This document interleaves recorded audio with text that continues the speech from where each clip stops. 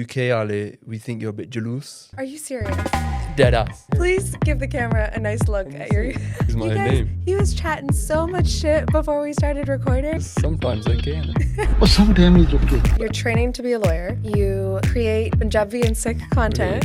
Have you ever wondered why Punjab is called Punjab? You're a rapper. Yes. Can't pretend cause you'll be liable. 5 for 10 and more cause my folks. How do you have time for all this? There's a responsibility with people, like little kids follow me. Obviously, you don't have to be Punjabi to be a Sikh. When Guru Nanak Dev Ji comes on earth, Punjabi culture, it shifts entirely. Yeah, True School. How is it interviewing him? I wouldn't be surprised if a Punjabi artist popped out of Colombia or something crazy. You know, like, we are everywhere. Let me add a bit of Beant to the podcast. And the Sangs were fighting. Yo, buddy Beant, Yeah. I'm gonna go bindi jahal on his ass. There's like a- Tarti hildi. Oh! Ring le ring.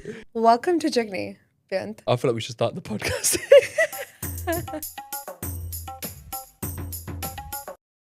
It's recording right now? Yay! Big up Yasmin. Go, Yasmin! Welcome to Jugni. Wait, is your first name Beant? Beant. That's it? But your Instagram is Beant Dhillon. Oh, Why yeah, is that? basically my Instagram's Beant Dhillon. Oh, 'cause that's S my for the name, sing. Sang. Oh, I see. But I see. I used to have, I'm a rapper. Are you? Yeah. He told me this. So I started off with an account called Beant.artist. Weren't you supposed to do something? You're supposed to... Because I'm probably in Cambodia and you're Beant. Dhillon. Wait, what? I'm saying it wrong now. I'm getting confused with my You own guys, name. he was chatting so much shit before we started recording. Yeah, what do And you now want me to he's do? become like, pula pula. He's I'm a like, good guy. oh, I'm such a good... You're jumping the whole thing. Because you're I thought you were called Prab Kamal because Prab Kam, Yeah, but I'm from Cambodia. Cambodia. And then I said Cambodia, like Udam Singh. Yeah. And then I spoke about how I'm a Dhillon, so I'm a Jat.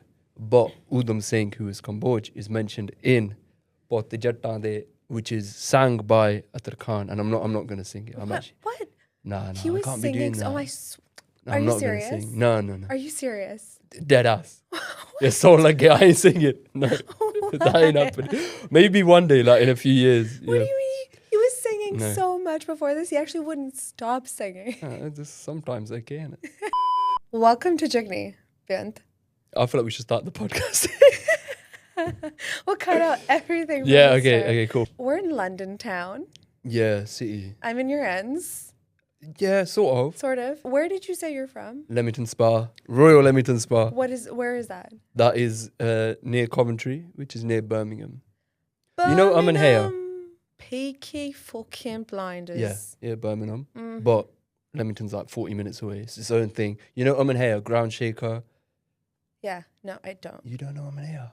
So we've realized that there's like Tarti a... Hildi. Oh, okay, yes. yes. Him, Okay, he's okay. from Leamington Spa. Okay. Yeah, Gurj Sidhu. I didn't know. I don't Yeah. know their names. Yeah, fair. Yeah, Not I know. fair, I know the really, come on. song. It's not fair. No, it's absolutely not Yeah, fair. you should You're know their right. You're right. names, yeah. I should. My parents were too busy teaching me about Sikhi when I was a kid. You know. This is- Rated. So were mine.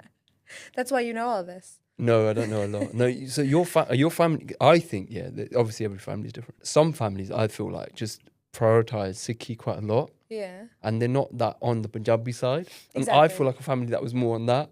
Yeah, mine too. Yeah. Yeah, which is And strange then some because families the other way around where they're like, they don't teach a lot of Sikhi, but they put the Punjabi culture. yeah, but if you think about it, both of us we like are really into the Punjabi culture. Yeah. Yeah, so it's like Yeah. we found our way to it eventually. Well, I think, and it's quite controversial, but I think the two cultures, obviously you don't have to be Punjabi to be a Sikh, but from when Guru Nanak Dev Ji comes on earth to Punjab, we'd say like, was Paragat, yeah? Mm-hmm. From that moment, Punjabi culture, it shifts entirely.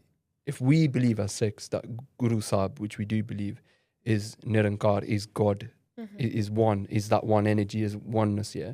Do you not think that the land that all the Gurus were kind of mostly residing in, I know Guru Gobind Singh Ji was in Patna Sahib and stuff, but do you not think that then affects the whole culture, the whole zeitgeist, the whole like landscape? I think it does to an extent that Punjabi culture then is changed like forever and becomes intertwined with Sikhi, where Sikhi you don't have to be Punjabi, but Punjabi culture, especially on our India side, is very much influenced by Sikhi to an extent where it informs the culture, and that dharmic wave, that like even like the Bhakti tradition, Sufism, which are more aligned with that understanding of Ek Onkar, that way of thinking, which is more in line with Sikhi, is so prevalent in Punjab, and that is intertwined with the culture, like Bulleh Shah and stuff. They don't go against Sikhi, right? That's all aligned. Yeah, but I feel like you could say the same essentially about any major religion in Punjab. Like, it wouldn't be what it is without Mughals. But with the Mughals had quite a conservative view, of an imported view. It wasn't native to the land, is what I think. No, I and mean, that conservative I think native view. what you're saying, like, I different. agree with what you're saying, yes. I don't mean that the Mughals are influencing Punjabi culture in the way that Sikhism has. Yeah. They've influenced it in a different way. I think it's mainly in like the aesthetics around Punjabi culture. Okay, They've influenced it way more in terms of fashion, things like that. They have a lot more influence. I don't think that their influence comes from the ethics that they carry. Ethics, spiritual. Okay, I'm with you. I'm with you 100%. Yeah. Their influence on the art, the miniatures, the paintings, the art especially. And that's something I can't talk about. You can talk about the fashion probably more. Yeah. Even the architecture, Yeah. the gormat we have and stuff like that. Mandirs traditionally have, I forgot what it's called now. No, it's not a dome, right? Whereas we've taken that Mughal kind of inspiration. From what I know, that comes from aligning yourself with the powers of the time to put yourself on that level for sovereignty purposes. Yeah. This is the perfect segue because we were going to talk about the Seli Topi. Oh, yeah. Yeah, so I was doing some research on it. Essentially, the Seli Topi was worn by the first 5 gurus. Yeah. Right? Starting with Guru Nanak Dev Ji, of course. By the time we got to Guru Har Gobind, that's where he decided to not wear the Seli Topi. Yeah. And he decided to opt for something that was considered more Mughal at the time, which was now with the Dastar. Yeah. But because he wanted to take arms. And he needed way more protection, obviously, for his head than a Seli Topi could offer. Yeah. And a Seli Topi was made out of silk. It was really light, right? Okay, it's not really going to give you as much protection versus the Dastar is going to be a little bit better in battle. Crazy. I didn't know that. Yeah, that's So why. I knew the Seli Topi was eventually phased out. I think this is based on like Suraj Prakash and different kind of granths that talk about and also depict, I think, there's like old Prathan kind of paintings that... Like Janam Sakhis definitely have a lot of depictions of the Seli Topi. But I didn't know the reasoning behind it. And I guess any historian who's looking back, they're probably trying to assess, figure it out, and there's probably competing views about why that change took place. Yeah. That's what I found from my research. And then I was trying to look, I'm like, okay, so why was the Seli Topi adopted in the first place? And it was because it was considered a spiritual kind of symbol. A lot of sadhus, I think is how you call them, or just like spiritual leaders, Sufis, they used to wear them. Yeah. And so that's why Guru Nanak Dev Ji, I guess, adopted it, because that's essentially how he probably viewed himself. Yeah. And that was the basis of Sikhi until the 6th Guru, where it started becoming like taking arms was the thing, and it was like martial. I think they were building, from my understanding, they were building towards something. So each Guru was furthering this movement. Yeah. So Guru Nanak Dev Ji was martial, because we know that the early Gurus, Guru Angad Dev Ji, Guru Amar Das Ji, they had like a akhade where they were doing wrestling and stuff. So they had that martial element. Mm-hmm. But they were basically, from what I can tell, kind of engaging in statecraft, state building. And it takes time for that to materialize into what we know as armies. Because early gurus, I think Guru Ram Das Ji, people can correct me in the comments or whatever, they were acquiring like horses and things like that. Yeah. And horses are there for mobilization, for militaristic purposes and for other purposes as well. Mm-hmm. A lot of the gurus kind of founded cities as well. So they were creating their own sovereign territories within South Asia and Punjab and the surrounding areas. And that was a building upon from what the last Guru did. It took kind of that time to build a movement and build a nation state in loose terms. I think what he was trying to do by opting for the Dastar over the Seli Topi, which is like still, I don't know if this is confirmed, this is just if we're going off of that hypothesis. Yeah. It was because he wanted to build an army. And I always think about this in Sikhi when they talk about when you're living in a society, you have to be a part of it. right? And you have to kind of go by it. And at that time, if you wanted to take arms and you wanted to have an army and you wanted to, you know, be able to defend yourself and go into battle, there were certain things that you just kind of had to do. And I think one of those was adopting a Dastar. Maybe, yeah. We know that in Sikh tradition, mirroring power, like we saw with the Manji system, where you align yourself with what the sovereign is doing at that time, is a technique and an institution that was inbuilt. So they would, for want of a better word, mimic existing power structures to put themselves and to assert their own sovereignty. Yeah. So exactly. A good example of that in the UK would be, let's say, if you wanted some sort of sovereignty, a Sikh kind of sovereignty, you would institutionalize rather, and cement your hierarchy based on the existing UK government. So you may have something like a prime minister, cabinet. Yeah. At times, I think, in their outward pursuit of worldly power and sovereignty, the Qawm would adopt existing power structures, and that just only makes sense. That makes perfect sense why you do that. One other thing I wanted to talk about, because I just feel like we need to give this its flowers, is Beant Dhillon. Oh yeah. Please give the camera a nice look at your. Yeah, I don't really wear the gold one. In fact, I brought it because I'm at work. Well, I was at work today, finished quite late. And he brought it to make sure that you guys could see. Yeah, I was like, I'm dressed in a suit. I look really knackered because I've had like a long week, and I thought, let me add a bit of Beant to the podcast, because if I'm wearing a suit and I'm just it's boring, like it's a boring fit. It's a nice suit. My mate made it. He's from Thailand. It's called Babik, if you want a suit. The plug, please. Basically, I'll go to this UCL Sikh Society event and I meet my mate Babik, and I say, your suit is really like fits really nicely. It's a really nice suit. Where did you get it from? And he opens it up. Dikhaya si, not dikhanda. Dikhaya si goes, my family are tailors in Bangkok. Wow. So I got two made from him. And then I went to another event, another Singh I know from like the London City kind of network I've got. And I say, your suit's really nice. Where'd you get it from? Same place. He goes, yeah, from my Singh friend, because we all know each other. Like in London, there's a lot of Singhs, and we all know each other? In Central. So like if you work central at a law firm, at a consultancy, a bank, finance, a lot of us kind of network between age groups. So like I'd say, like, obviously I don't know everybody, but I know a lot of the Singhs and the Kaurs who are between like 22, 26, working in the city, doing similar things to what I do, like commercial law or like banking, finance, whatever it is. Because we try and create a community and help each other out as much as possible. Yeah. Which, by the way, if people don't know, Beant's a lawyer. Yeah. Trainee solicitor. I feel like for legal reasons, I need to say that. I can't just say I'm a lawyer. Although lawyer is not a protected term. So anyone can call themselves a lawyer. In the UK, like you could turn around and say I'm a lawyer. Wow. So be careful, because I'm sure people do that. People, like, if you're a paralegal, you're a lawyer. Yeah. If you're a secretary, you're a lawyer. If you're a receptionist, you're a lawyer. Technically, if you do anything legally related, you can say you're a lawyer. If you don't do anything legally related, you can still say you're a lawyer. It's not protected. Wild. So you're training to be a lawyer. Yeah. You create Punjabi and Sikh content. And more now. I started making content about books. Yeah, I've got a video coming about M&S chocolate that I like. Okay, nice. Yeah. You're a rapper. Yes, yeah. Well, how do you have time for all this? It seems like a lot. It is a lot. I think my hobbies are quite public.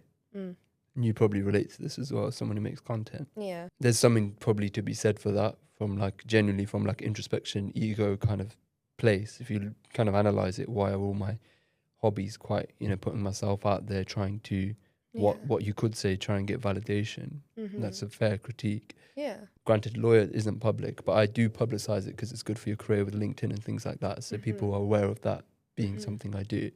I think other people have hobbies, but they're not public.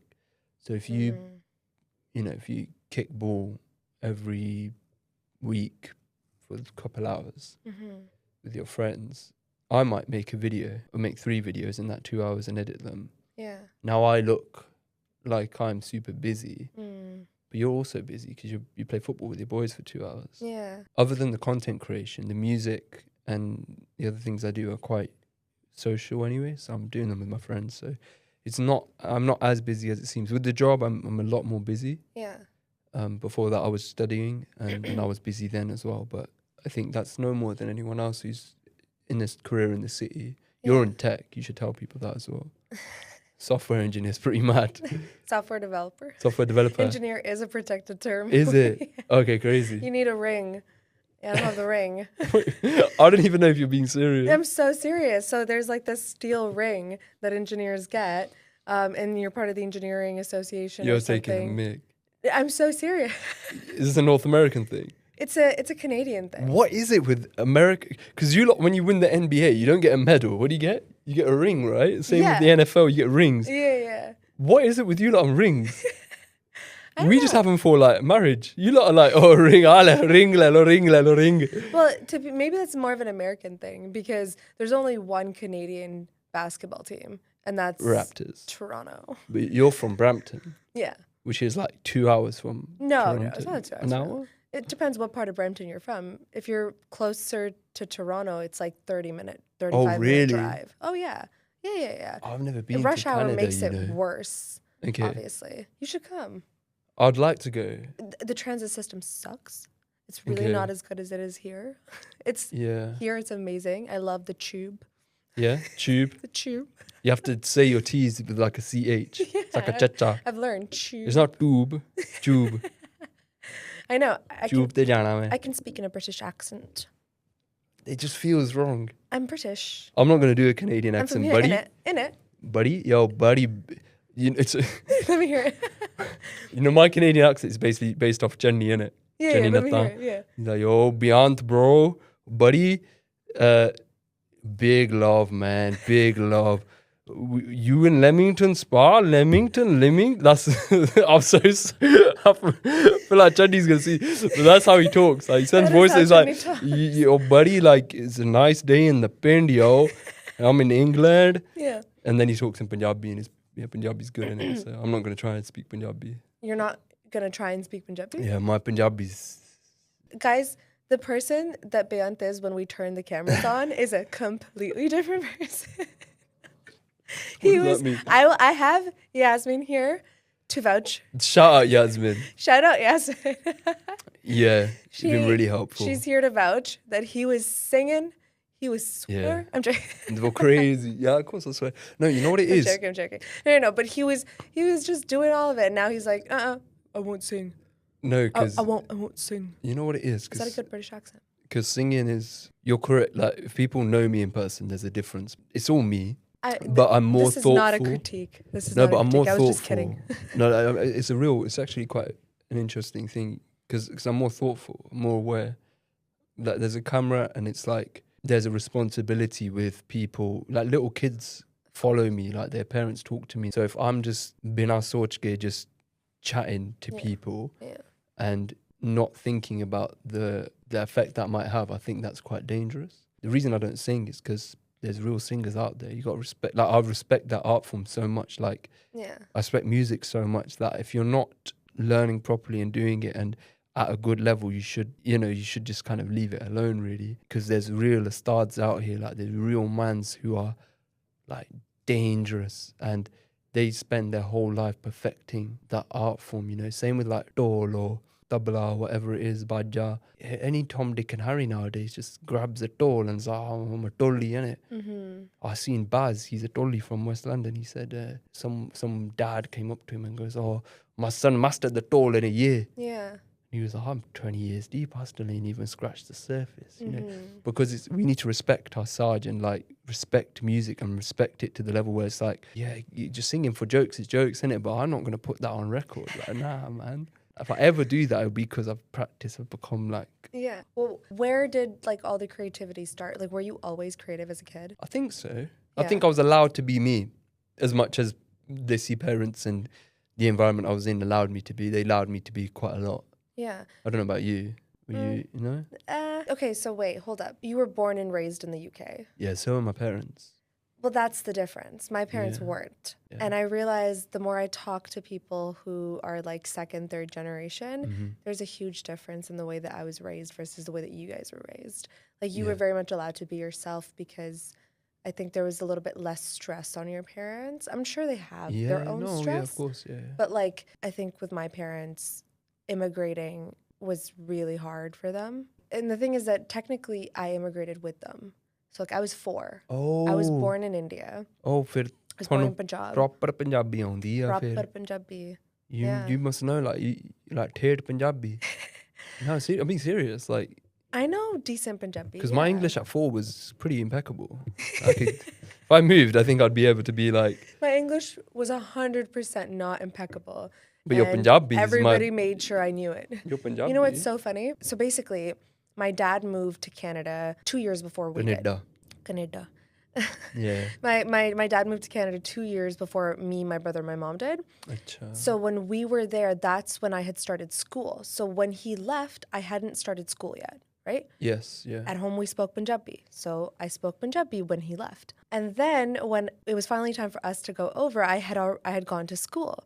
And in school, they speak Hindi, and they teach you Hindi. They don't. But where's school? Where's home in Punjab? My the parents lived in Chandigarh because like my dad used to work in the shed. It's because you're from Chandigarh. No, it doesn't matter. Actually, there's a lot. That's actually a problem in Punjab, where a lot of the schools they don't teach Punjabi. Yeah, okay. Yeah. But in the Pind, they know Punjabi, yeah, like it right? depends what Pind. It depends what Pind you're from. Punjabi yeah. No. Of course they speak it, but it's about teaching it in schools. Okay, I understand. Yeah. In schools. But in Chandigarh, it's going to be like. Oh yeah. Because that's Union territory as well, yeah, right? Exactly. It's not. It's technically not like Punjab only or whatever. So I spoke Hindi, and so when I got to Canada, my dad was like, "Not my kid."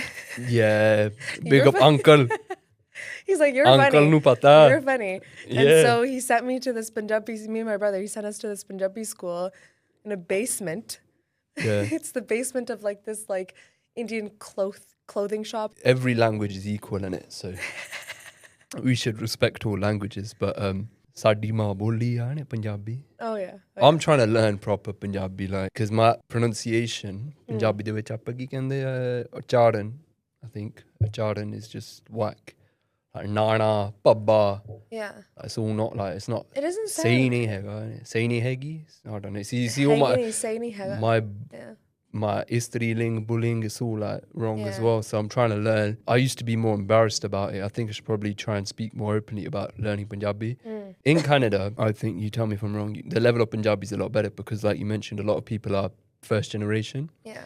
In England, your level of Punjabi that you see just walking around, in Southall it's a bit different, there's a lot of first generation, but in Coventry, Birmingham, Leamington, it's so poor that, you know, people will really laud you and applaud you and say, wow, your Punjabi is really good, when it's really not. And I think that's a really big problem. Yeah. You know, if you can speak a little bit of Punjabi and talk and, you know, get by and, you know, talk to your nanny, bibi, baba, whatever, people will be like, wow, you know Punjabi aundy hai. Yeah, and really you don't, because if you read a newspaper or you really got into the nitty gritty and you listen to some Marnik and stuff, you ain't got a clue what Marnik's talking about, Shinda's talking about. Yeah. Definitely ain't got a clue what Chamkila's talking about with the kind of double meanings. And I'm being serious, like you ain't got a clue. So we're not that good at Punjabi. It's just because everyone else is pretty poor. And I don't mean, obviously not everyone. Yeah. You know, there's some first, second, third generation people who are like wicked. Yeah. But it is the level on average, I think in the UK is pretty poor. And if you can read Punjabi, people really think you're special, but it's just sad, really, I think. Honestly, I think it's really, really good that you're learning. Like that's great. That's amazing. And I agree with you. I think the problem that I've noticed Thank you, by the way. Sorry. Don't want to interrupt. No, but I think the problem that I've noticed is that there's a lot of shame around not knowing it. Yeah. Right? There's kids that I know, or like my age kids, whatever, who when they were younger, they didn't know how to speak Punjabi properly. And when they'd try, everyone would like make fun of them or like make a joke about it. And that's very discouraging. Yeah. And that makes it really difficult for someone to want to go and learn. Yeah. So I think that attitude needs to be addressed because if we want more people to learn Punjabi, we got to make an environment where they can make mistakes. Because you're not going to learn if you don't fail a couple hundred times. Yeah, I agree. I think I'm guilty of that as well. Yeah. Again, it's probably like an ego thing, like, oh, their Punjabi's worse than mine, so you feel more secure in your Punjabi, especially growing up. And I think part of it is, you know, people probably laugh at my Punjabi as well. Like, it is quite funny if someone, like, if you're really good at a language and somebody's a fully grown man with a big dari and they can't say words properly, it's kind of funny to another grown person. I do understand it. Yeah. It just sounds funny. Yeah, sounds goofy. It's normal. Like, you would do that with any language. People do that with people that aren't native English speakers. Yeah, and I think we need to be conscious. Yeah. As a whole community, to try not to put people down, because we're not. I don't think a lot of people do it with malice. Yes. They just think it's funny and they don't realize. Bachara, you know, koshish karda hai, he's trying to learn. We should probably encourage him and say, no. Especially you say it like kids. this. Especially kids, because the thing about a kid is, like, as soon as they understand one time that they're going to be shamed for something or ridiculed for it, they're never going to do it again. Punjabis in Punjab are the worst. Oh, yeah. Oh, my God. They love bash, like, you know, kuch bhi nahi pata. Yeah. They'll just say it to your face, like, they just think you're an idiot. Yeah. They think, I mean, tu vakila? Sachi? Oh, they just look at you disgusted, like... Yeah, no, when I went back, people here, like you or like other people that I've met, like second, third generation, my Punjabi's not amazing. Like, there's definitely way better Punjabi. But like, you guys will tell me that my Punjabi's good, right? When I go back, my touch is like laughing at me both of them, they're just dying. And I'm like, I thought I was good. Yeah, and I think there's levels to everything. Absolutely. And even like, so my mum's Punjabi, a lot of people say it's really good. Like BBG will say about mum, your mum sounds like she's from Punjab. Yeah. But mum's Punjabi, baiting out my mum here, like mum won't understand like a Marnik song necessarily, because the words, they're not used to using them day to day. There's even a limit there, whereas if mum was in Punjab, obviously she'd know because they'd be around it all the time. Exactly. So like, just like we know the slang, the different nuances, the context, because we're from the West. we'd understand it. I'm British, innit? It's terrible. Buddy, you gotta nice it. You gotta pack that in. Nice it. That's the thing, right? Nice it. Ida nahi kende Canada de vich. Ida kende nice it, bro. Buddy, big up Narveer as well. He's from Canada. That? He's just my guy, innit? Okay, big Canada. up Narveer. And Alex, he's from Canada as well. All right. Oh, Goraya. Shout out Alex. Shout out Alex. Yeah. I need to go Canada, see these people. Yeah, what are you doing? You know what? It's far and it's cold. So why would I leave here? Cold. Yeah. And you're so much closer to Europe. You can just go anywhere. Yeah, you've been around Europe. Yeah. Let's do context. Yes, context. You came to England yesterday noon. Yes, I did. And now you're here. Now I'm here. Booked out the studio yourself. I was zero help. I was useless. This is my area. And you were in Italy before? Yes, I've been doing a little Europe tour. Yeah. I was south of France, Paris, Venice, Rome, and then Amalfi. Oh, wow. Yeah. Yeah. It's Favorite from this trip? Yeah. London. It's only been my second day in London. Probably Rome or Amalfi. Okay. Honestly, Amalfi. You went to Paris, right? Yeah. But I've been to Paris. Okay. Yeah. I actually, I was in extended French. So you can speak French? Pretty decently. Yeah, I can pretty decently speak French. So it's like, when I go to Paris, I feel very comfortable. I can generally understand what people are saying and communicate pretty well. Mm-hmm. Not amazingly, I still suck, according to their standard. Yeah. But it's fine. When I go to Italy, I know nothing. Okay, yeah. No Italian. But you didn't say Paris is one of your highlights. Is that well, you said this trip. Ah, I see. Did you mean of all time? No, I didn't realize you'd been to Paris. So. And this is my second time in London.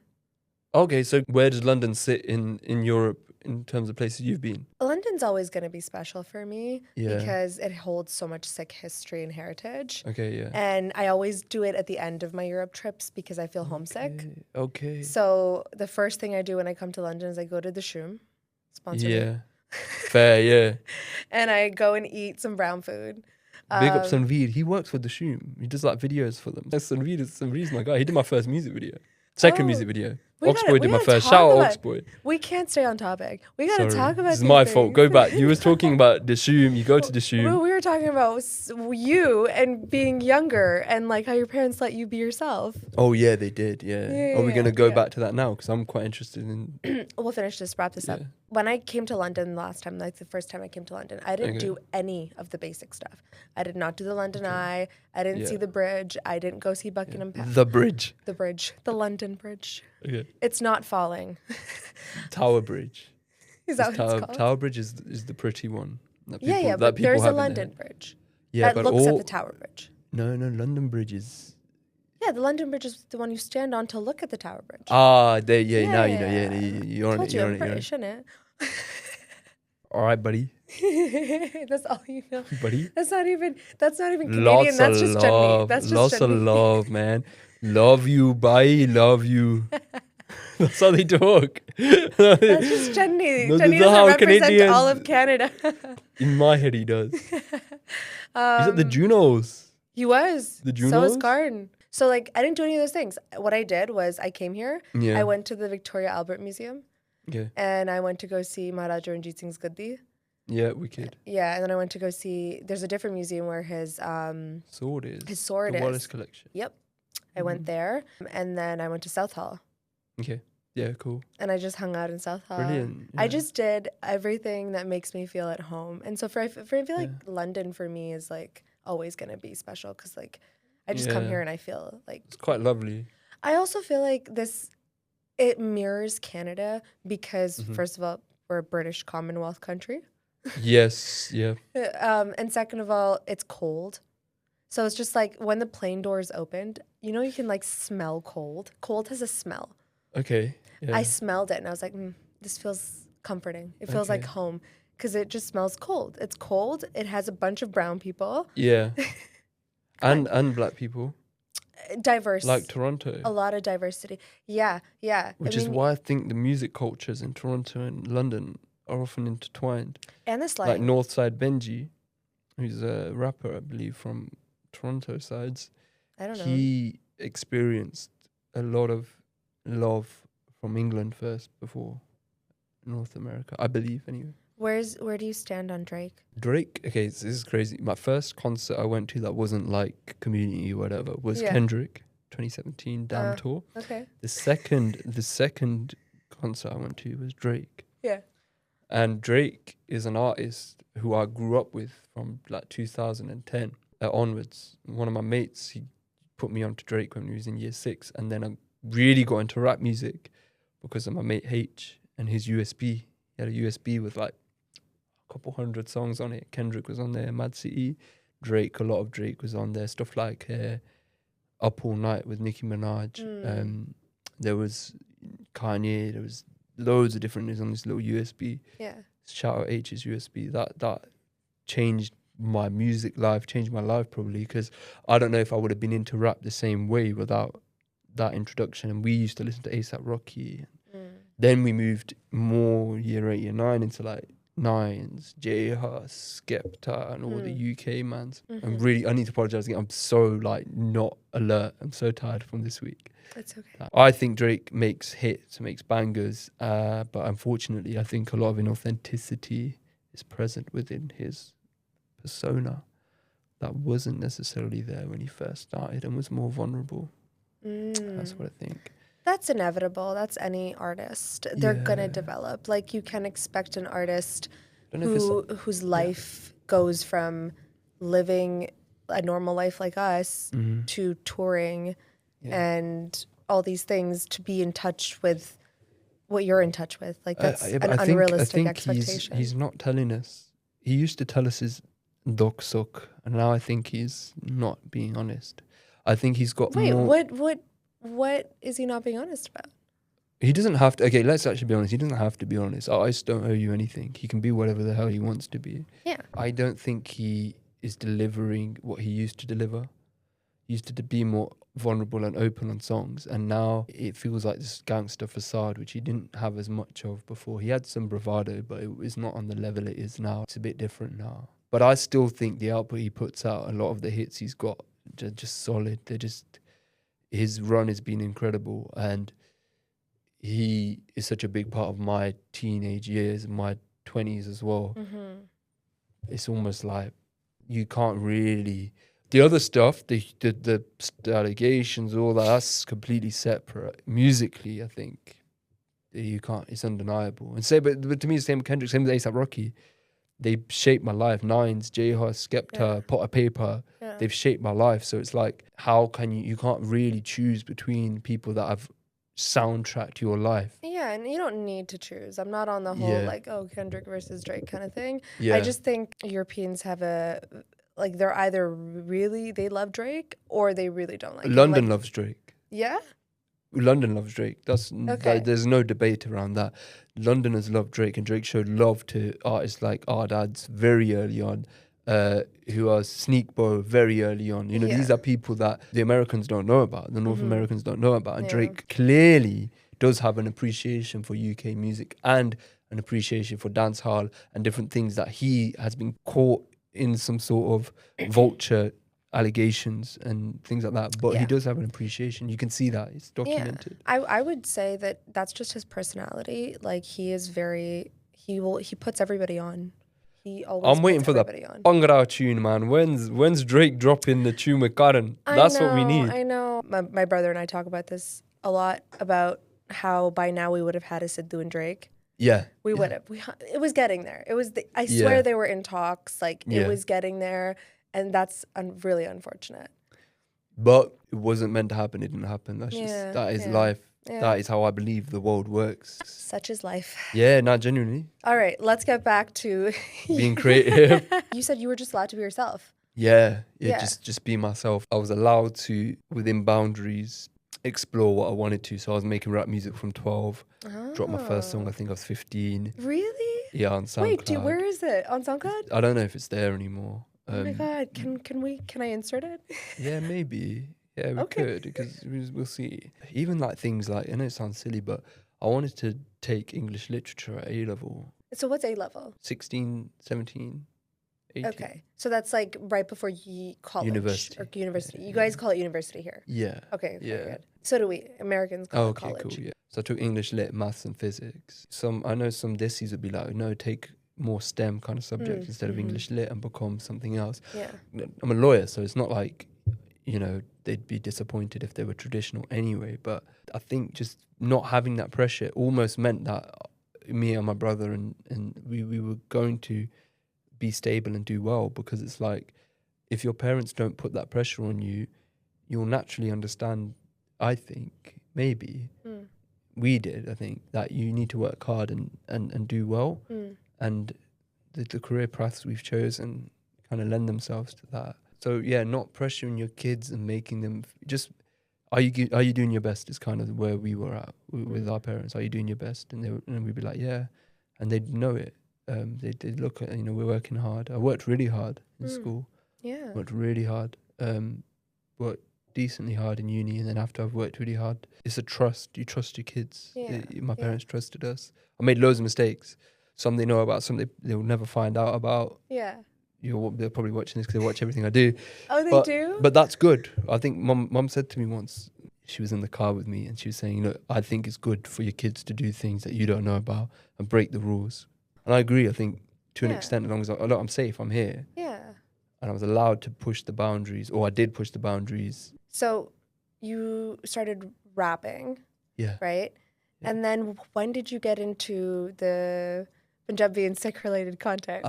So growing up, we were just, like your family, you were saying that we were Sikh family. My dad's just saying, like Bibi had me doing Saj Part when I was a kid. Like she took her time to teach me and read Part and Bani and stuff. And I've got some crazy Gursikhs in my life who have really challenged my beliefs and stuff. So Sikhi was always there, luckily. Leamington's got a really good community. Did you start with rapping first? Yeah, I've been rapping for ages, so I was rapping. Yeah, because you have like some music videos too. Dropped my debut EP in 2023. I had an album out in 2016, which is on SoundCloud, with a producer called Jackson Homer. Okay. And he's my mate. We haven't seen him for a while, but he's doing really well now in the house kind of scene. And that was our debut project. That's on SoundCloud. And I think we removed it now because it wasn't quite where it should be. But I was 16, so You know, I think he was 18, Wow. 17. So that was like amateur. It was all amateur from I'd say 12 to like 18. Then I just didn't drop anything. I started doing these freestyles on Instagram, and they gained a decent amount of traction. They were very sporadic, so once every 3-4 months.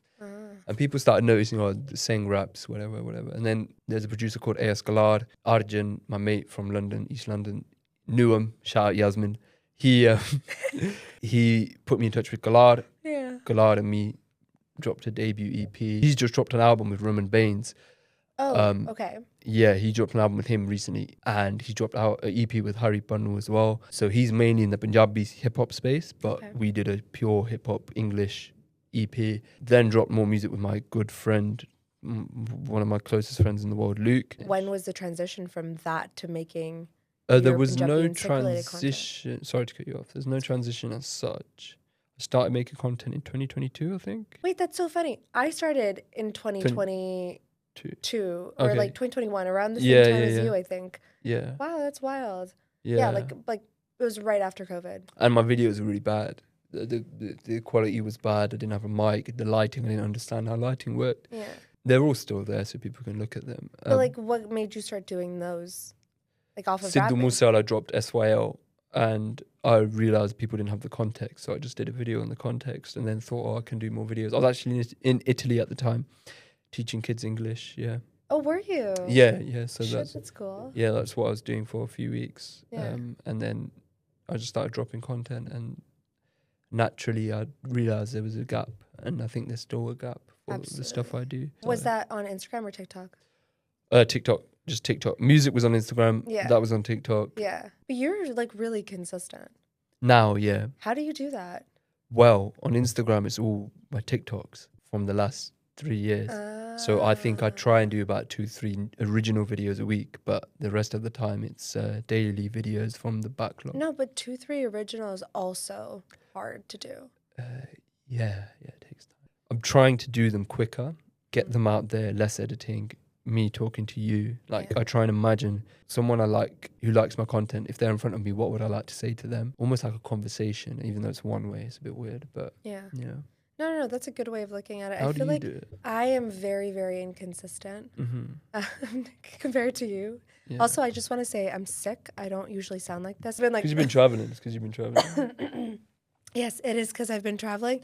But also, I feel like I've done a little bit of a, and it sounds like I'm like indicating something. I am just clearing my throat. Okay. How do I do it? I feel like for me, honestly, I have so many videos and so many topics that I've researched that I haven't put out. I think what happens with me is that I have a love for research. I go down rabbit holes, right? And I love doing that. But then when it comes to translating it into a video, I find it so hard, and I'm a perfectionist. I need to be quicker too. I spend so many hours on like a 2-minute video. Okay. I think part of it's like I am so interested in so many things, and then I look back and I'm like, I didn't need to include half of these things because most people don't care. They're not going down the rabbit hole that I'm going down. Yeah. Right? So I'm actually struggling with that nowadays. But so that's a problem for you. And do you think shortening the time from idea to posting is a way you can get around that, circumvent it? So if you have an idea now, research a tiny bit. Yeah. And then if you were to shoot it and then just get it out there. Yeah. Do you reckon that would make it easier for you to be more consistent and deliver in a way that doesn't feel what sounds to be quite draining, because you're saying like hours and hours? Yeah. If you just shorten that time, just idea, okay, cool, let me Google it, okay, cool, roughly here, boom. It would be easier if I picked a different niche. My niche is very specific because, like, for example, if you're doing more pop culture stuff, you can just do a Google search, right? It's pretty easy. It's pretty quick. When you're doing the history behind a tikka, it's not really a Google search. It's more of like, and then I think it's because those things hold so much value with so many different groups of people. I'm so concerned about offending people. And I think you can relate to this too. It's tough. It's just that, like, when you're making content on things that people identify with strongly, then you have to be really careful, because Yeah. then they're going to have a very intense reaction when something isn't exactly how they see it. So that's why I think for me, I can't just do a Google search. Like I unfortunately can't, because a lot of the stuff that I talk about, I have to dig a lot to find information on. Yeah, it resonates with me. But your niche can always change, and you can do so you can do those really long researched kind of videos. Yeah. And potentially you could then also do quicker videos where it's like, this is what my thoughts on X are. Yeah. Or I like doing this. Or whatever it is. Because I think if you feel those videos are challenging and it seems like you feel like you want to be more consistent, continuing to do those more research things which you seem to enjoy, and then doing shorter content when you're trying to connect with the audience. Because I feel like that's quite important, keeping that connection. No, I feel like I've been trying to expand a little bit more. I don't know if it's obvious, but like I don't only focus on fashion as much anymore. I do like to talk about like a bunch of other things, and that makes it easier to like expand. I feel like we're in like therapy. You're like this is like career therapy right now. Beant's giving We're not talking about software development though. That's what we need to talk about, because that's really impressive. Women in STEM. Punjabi women in STEM. Let's go. Yeah, it's definitely a very male-dominated field, for sure. Is that difficult? Yes. Yeah. Yeah. I was one of 8 or 10 girls in my degree, in my program. Oh, wow. And then how many people in your program cohort? 300, 200, something like that. They usually phase out. People drop out, as you're going. Yeah. I don't know if you felt that way. What degree did you do? Law.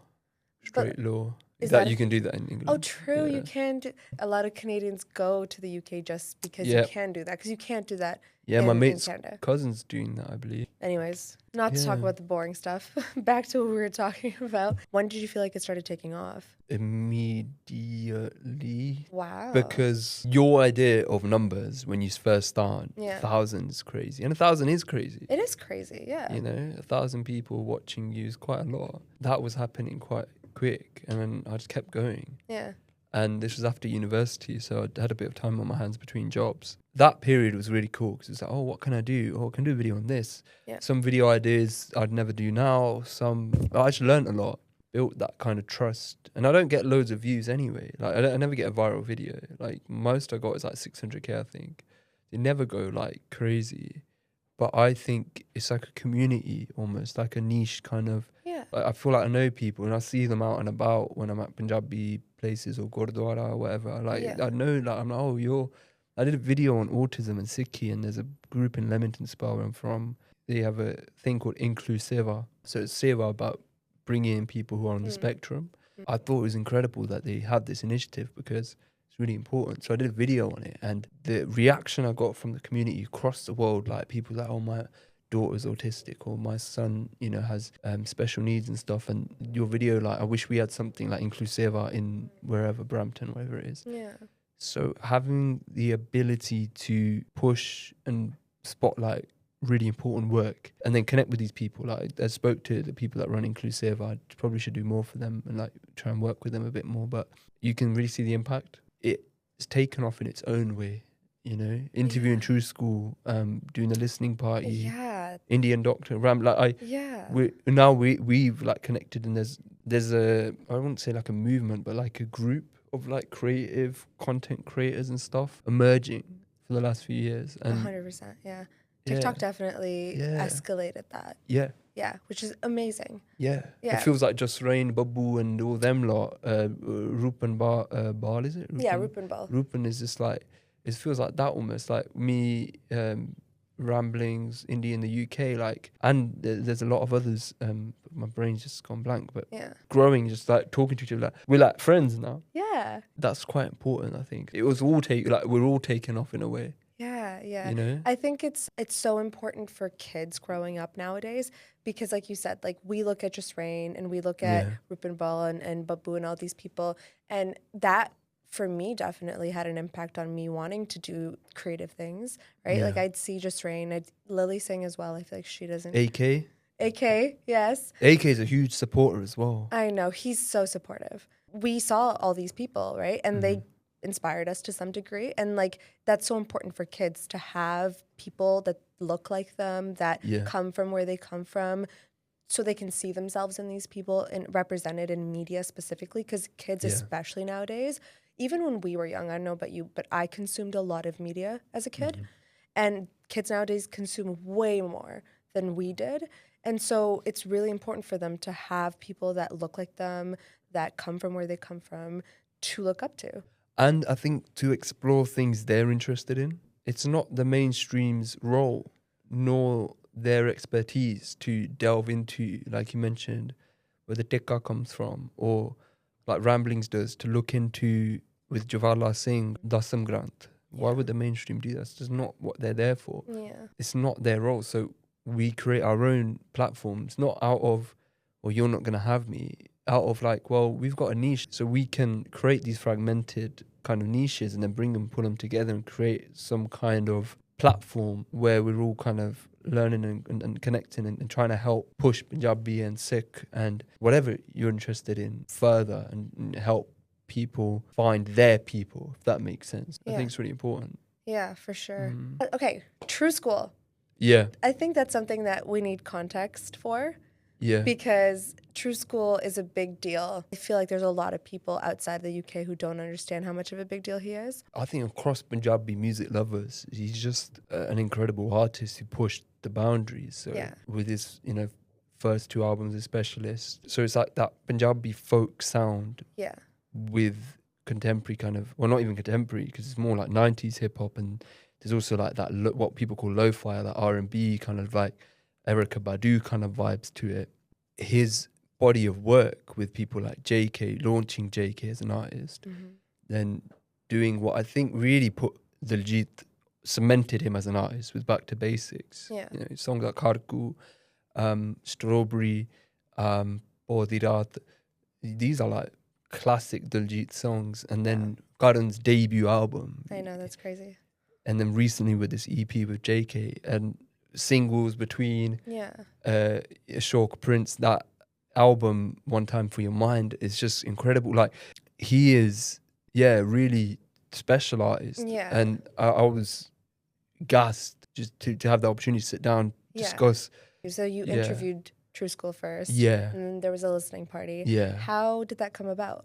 Gov Catalyst, who manages Karan Aujla and Bangles, I believe, Steel Bangles. Okay. He is involved with that EP, and he just contacted me and said, "Oh, do you want to do this?" I was like, "Yeah, of course." Amazing. Yeah, I noticed he followed me for a while, and I think a lot of musicians and artists and people behind the scenes, especially in Punjabi music, are quite aware of content creators in general. Like, there's a guy, Just K98 from Leicester. He kind of yeah, I know him. He's doing really well. Like, numbers are crazy, way more than me, but he kind of put me onto that. This year I've kind of seen that, like, who's been reaching out and the opportunities and just like the love I've been getting from artists and beyond, like, just in general. It's interesting. You don't always think the reach you have, like, who sees what. No, I feel like I had a moment like that too, because, like, I think right now Punjabi music is having a moment. I feel like there was a wave of it. There was the UK wave. Like Jazzy B, Shinda Shinda. Well, Jazzy is Canadian though. I know that. I know he came here and made all his hits here, but you should take. I mean, we'll take him. Trust me. I'll take I will responsibility. take Jazzy. No, I will. But I think what I'm saying is that, like, the wave happened in the UK, right? Like that wave in, what was it, the 90s, early 2000s, kind of like around that time. Now there's a second one, and you can really see it because everyone and their mom is trying to be a Punjabi artist. But also, there's some really good artists coming out. And I feel like Punjabi trap has been really big recently. And that was something that was some new that we saw coming. So, like, I feel like even when I make any video that has to do with Punjabi music, it gets a lot of attention. And I just do it because I love Punjabi music, and, like, I'm obsessed with it, and so are you. But you can see the effect just because that's what's the boom right now. Like you said, UK, then I think then 2000 to 2010s, India, just, like Desi crew, like Kulvinder Billa, Gary Sandhu. Jasmine Sandler's. Yep. I'm missing loads of people. Yeah. Emmy Verk. They all came out around that from India. Yeah. And then we got Sidhu and Canada just for the last. Canada's really been doing well. There's space for everyone, I think, and there's talent all over the world. There's talent in random places, Italy, Australia. I think Diggy's from Australia. From Punjab, moved to Australia. Yeah. I wouldn't be surprised if a Punjabi artist popped out of Colombia or something crazy. You know, like we are everywhere, and the scene is becoming more like global. Global. Yeah. Definitely Canada's really, we can't deny the levels they've taken it to in the mainstream. Yeah. For sure. Karan, AP, Sidhu, even like Warner Bros is involved. Like, Shub. We've seen like something that we haven't seen in terms of the mainstream putting their money into Punjabi music. Yeah. And that changes everything because now you have an infrastructure, you've got A&Rs, you've got this, you've got that. And Mani Sandhu's doing a lot of that in the UK with having that infrastructure. Yeah. Finding artists, finding talent, and then bringing them to the forefront and creating a whole infrastructure around it, and that's really important. Breaking borders, that festival is infrastructure, and that helps the scene because artists need places to perform. They need like a ladder. Small stage, now they've got middle stage, now they're in main stage, they're headlining. That is like, we need that progression in Punjabi music, and we're getting it. Exactly. Yeah, shout out just everyone behind the scenes, in front, like Diljit, all his team. Yeah. Everyone, like anyone who's doing some music, contributing, shout out to them, innit? Because they're the reason Punjabi music's doing well. If you've got 50 listeners, if you practice in your room and you're doing, like, you're contributing to this culture, and it's just really good to see. Like we were talking about kids and role models before, it's so important that Punjabi music is having its moment again because it really connects people to the language, to the culture, to everything. Because just me on my own, like so much I've learned about the language and the culture. Like you were talking about, like, oh, your mom doesn't understand Jumkila lyrics and things like that. Same thing, right? Like when I'm listening to some stuff, I'm like, I don't know what this means because I don't use that Punjabi in my daily language. Yeah. And I've now learned so much because of Punjabi music, right? Like I did not know what Feem was before Gurinder Gill. That's a crazy example. Crazy example, I know. But what I mean is that, like, it's such a tool. It's a big tool to keep the youth connected to their culture and to their language. And we've seen the youth particularly reconnecting with folk music. Marnik, Shinda, Jamkila, you know, all of those great artists who had a lot of important messages in their song, like Sarvan, stories like that from the Hindu tradition. You know, Jana Maur, Sucha Surma, Bhagat Singh, the real, like, these kind of things are immortalized, these stories are immortalized in Punjabi music. And I've noticed, like, I noticed in my friends and stuff, like even Dharmic music. So like Manik's got some of the greatest Dharmic music out. That's why that pipeline between someone being a Punjabi music head to then them engaging quite deeply with Sikhi is something that really, I think, does happen a lot. Like a lot of the Bhangra heads I know, they're now Amritari. Like they and it's not like necessarily like all of them, of course not, but Punjabi music is a great way to spread history and spirituality as well, because it's very spiritual. Like Hansraj Hans has got some amazing spiritual tunes like Sardu Sikandar, like, and I mean that to say spiritual in terms of content, but also I feel like music is the unsaid. Yeah.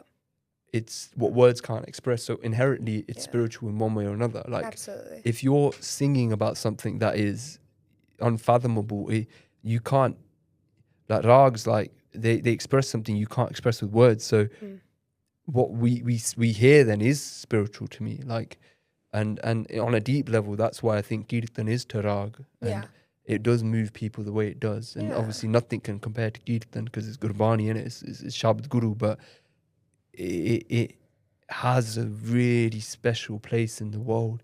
And I think that's to anyone. Like, if you're English, if you're Italian, your music's going to move you because it speaks to your soul. It doesn't speak to your mind necessarily. Absolutely. But True School.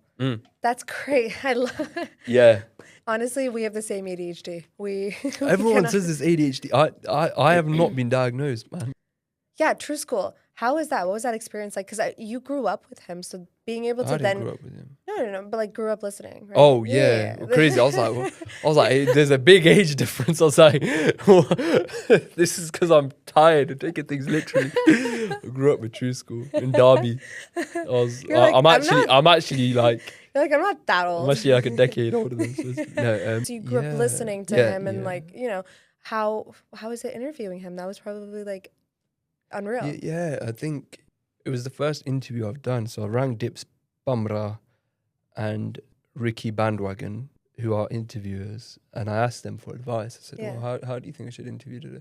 They gave me really helpful advice. They're both people that have always given me their time, so I always appreciate that. And I try to think and not overthink, but also be hyper aware in the conversation that, as you know, as someone who podcasts, there's a conversation going on here, and I'm engaged fully in this conversation.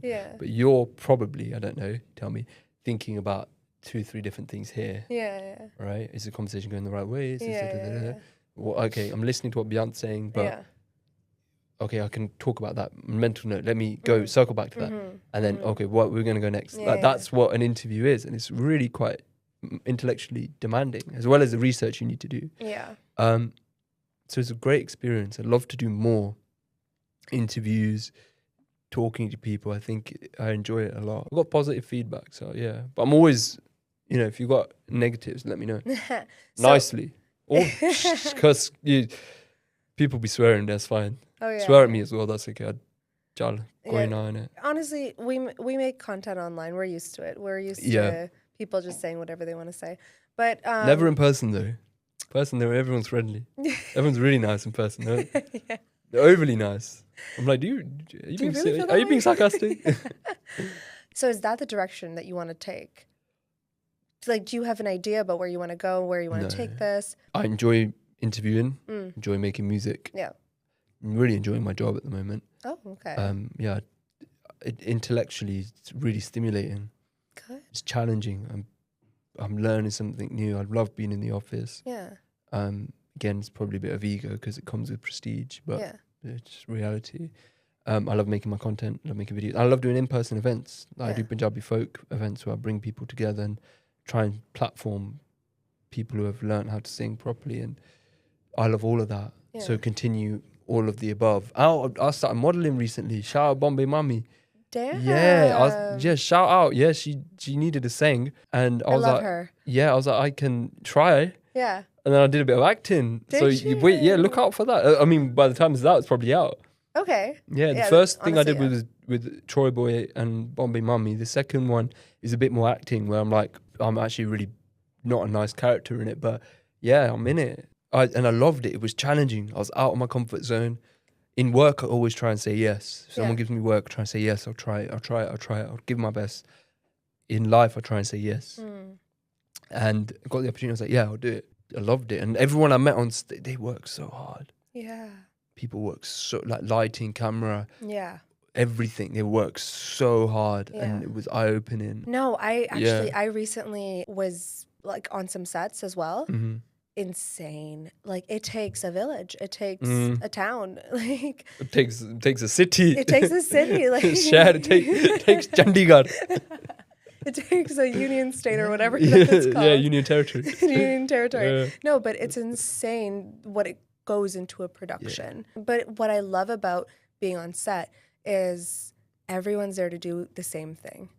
So everybody is working towards one thing. So it's just that feeling of community and that feeling of like doing it together. And I think, I don't know if you can relate to this, being content creators, because like I'm a software developer, I'm a content creator. So I spend a lot of time working alone, talking to a camera alone, editing alone, all of that alone. And so to be able to do it with a bunch of other people who also have the same end goal is just such a fun and like fulfilling feeling to do it with other people. I agree. I have an appreciation, I think, for people that do that work. And I messaged my friend who's a model, and I was saying to her like, you guys work hard. Shout out Gideon. I was like, you work hard, like you're like, it's difficult. And the models work hard, but the behind the scenes work even harder. Like they don't get to rest. I don't think they ate lunch. And it was like a 12-hour shoot. I know. So I'd love to do more of that because I found it fun. I thought I was nervous. And you know, I like to be nervous now. Like it pushes me in boundaries. Like this is new. This is a new skill I'm trying to learn. So I like that. So if anyone wants me, I don't know if they do. Like Bombay just needed a saying. She was like, "Oh, he will do." But you're tall, so I feel like that's good. Yeah. I feel like models need to be tall. But I like to perpetuate the myth that I'm 5'2", so keep that going. Yeah, he's like 4'8". Yeah, I'm 4'8". I'm 4'3". Yeah. People actually believe it as well. That's good. That's good. People believe you don't it. need to know. They do know because it's true. They believe the truth. What kind of advice do you feel like you'd have for a kid who is maybe watching your videos right now and wants to do that, or somebody who just wants to pursue anything creative? Advice is difficult. I think what I tell myself is literally, like, it's very generic. It's your life. It's literally your life. Like, people wake up, like I might wake up as a kid, like, one day I'm going to drive Ferrari. Ferrari gaddi leni hai main.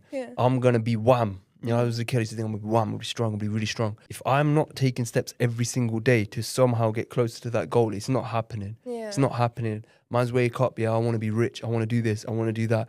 It's literally not going to happen unless every single day you wake up and you're moving towards that goal. You're moving, you're thinking about it, you're strategizing, you're creating a plan to bring that into fruition. And I think in the age of social media and scrolling and everything, there's a lot of pressure, and I completely empathize with people, and this is why it's the advice to myself, nobody else. I look at myself in the mirror and say, nobody's going to sit there and go, who's putting money in Beant's pocket, who's giving Beant opportunities, is Beant happy?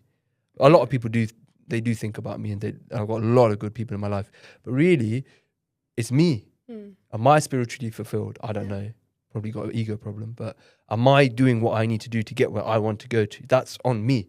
Just like it's on you, Prab, to do what you need to do. Having that in my head is equally freeing and equally probably a bit of pressure, but it's just the reality. That is just such, right? That is just facts. Ultimately, the highest such is it's all hukum, so nothing's really going to happen. But because I live in ego, like most of the world, I believe my actions have, and the illusion of my home is so strong that it might as well be true that I've got free will. So I believe in that, and I think because it's so strong, that illusion, that I got to give it my all. I got goals, I got to achieve them. I got to try and be a good person. You know, hold myself, because no one is going to really stop you from being bad, really. Having bad thoughts, you have to be there for yourself, and that's like accountability, really. Trying to be as accountable, like, you know, I don't ring my parents enough, I should probably ring them more.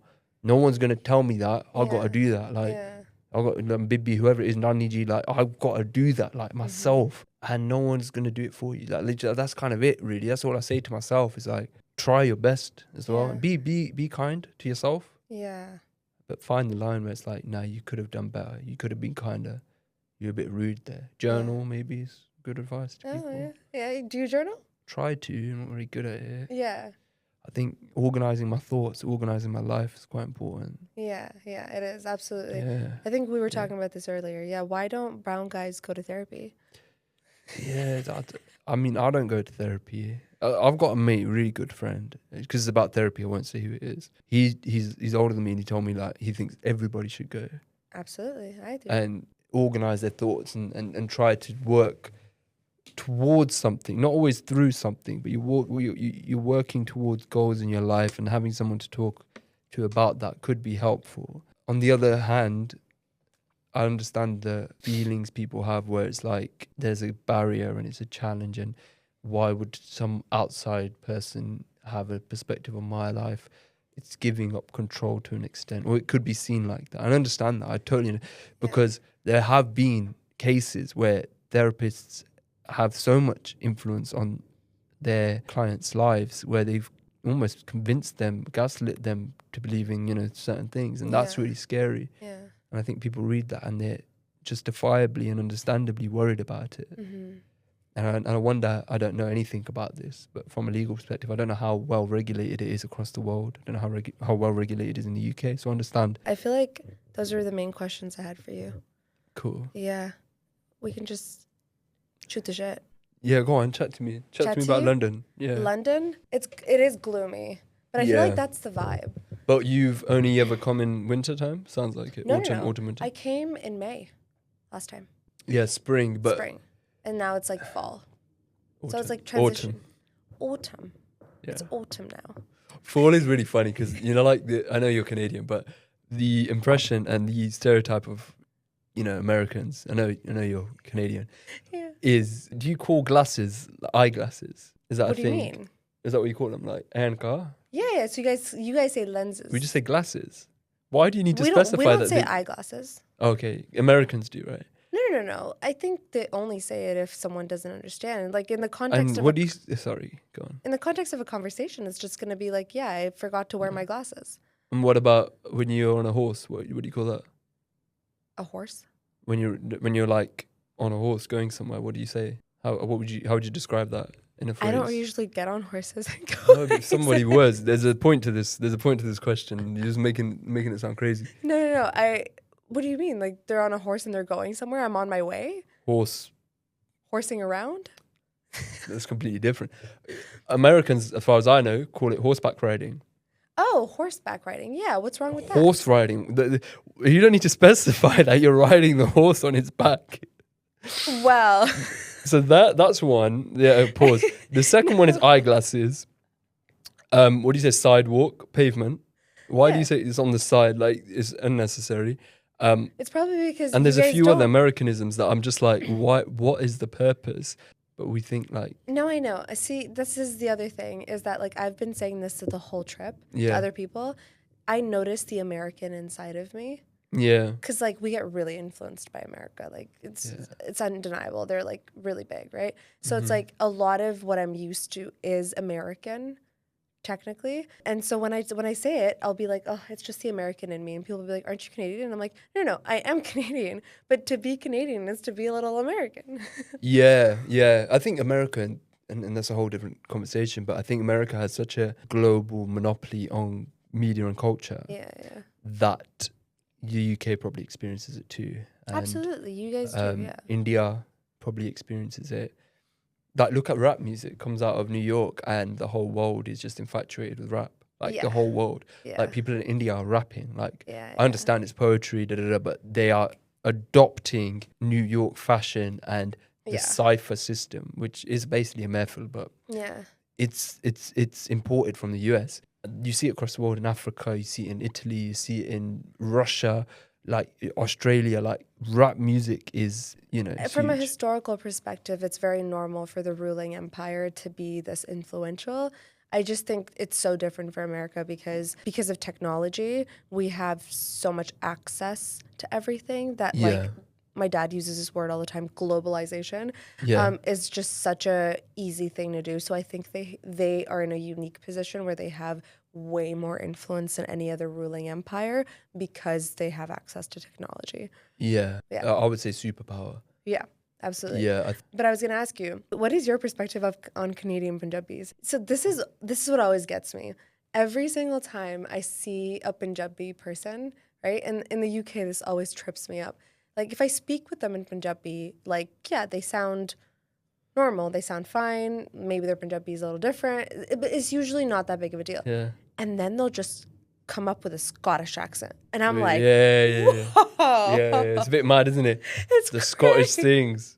It's crazy. It's crazy to me. And I'm just like, oh my God, I thought you were like me, but you're not like me. Like, you're so different. There's a Niang Singh from Scotland. I think he's a Niang Singh. Yeah.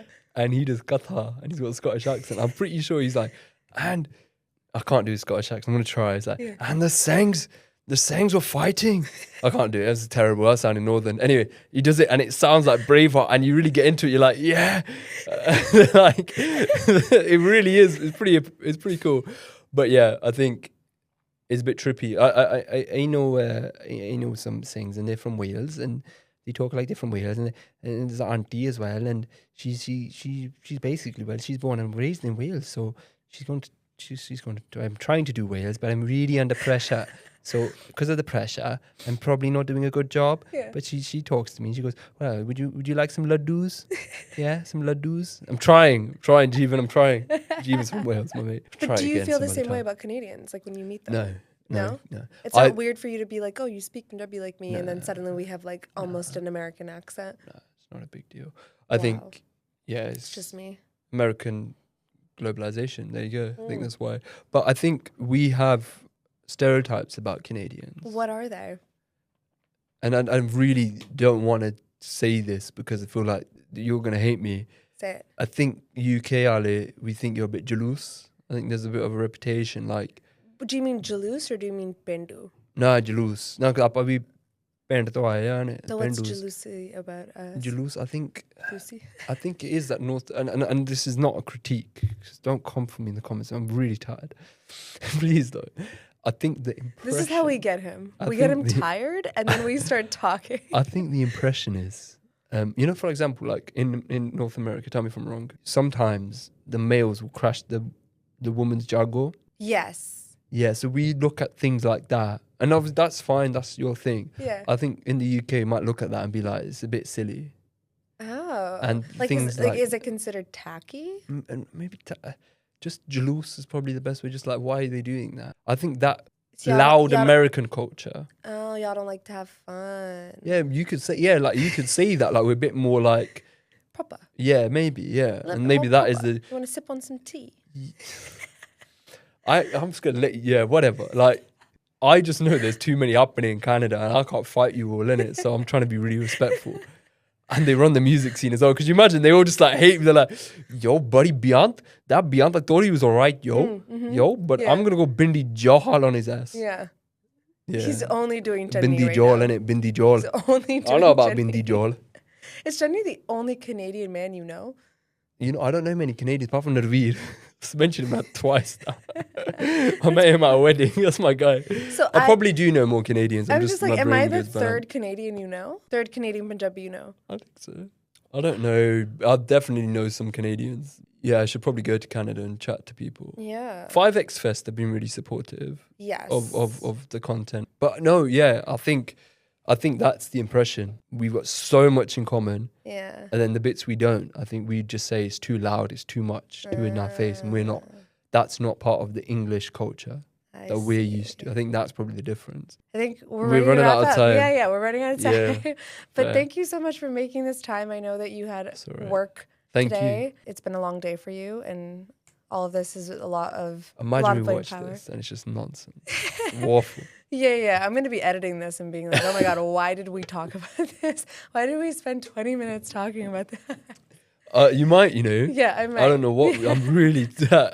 you just come off a plane. I'm knackered. So like, yeah. But thank you for coming on to Jugni. Hopefully we'll do something again sometime soon. Yeah. If I ever come to Canada. Yeah. We need to do this again if you come to Canada. Yeah, for sure. Yeah. All right. My voice broke at the end. Thank you. Thank you. Thank you. Thanks, Yasmin. A little bit. Do you know about Jiddena? Beant won't stop. Nah, crazy. I don't even think it's good to be light skinned. I just said that to be a prick.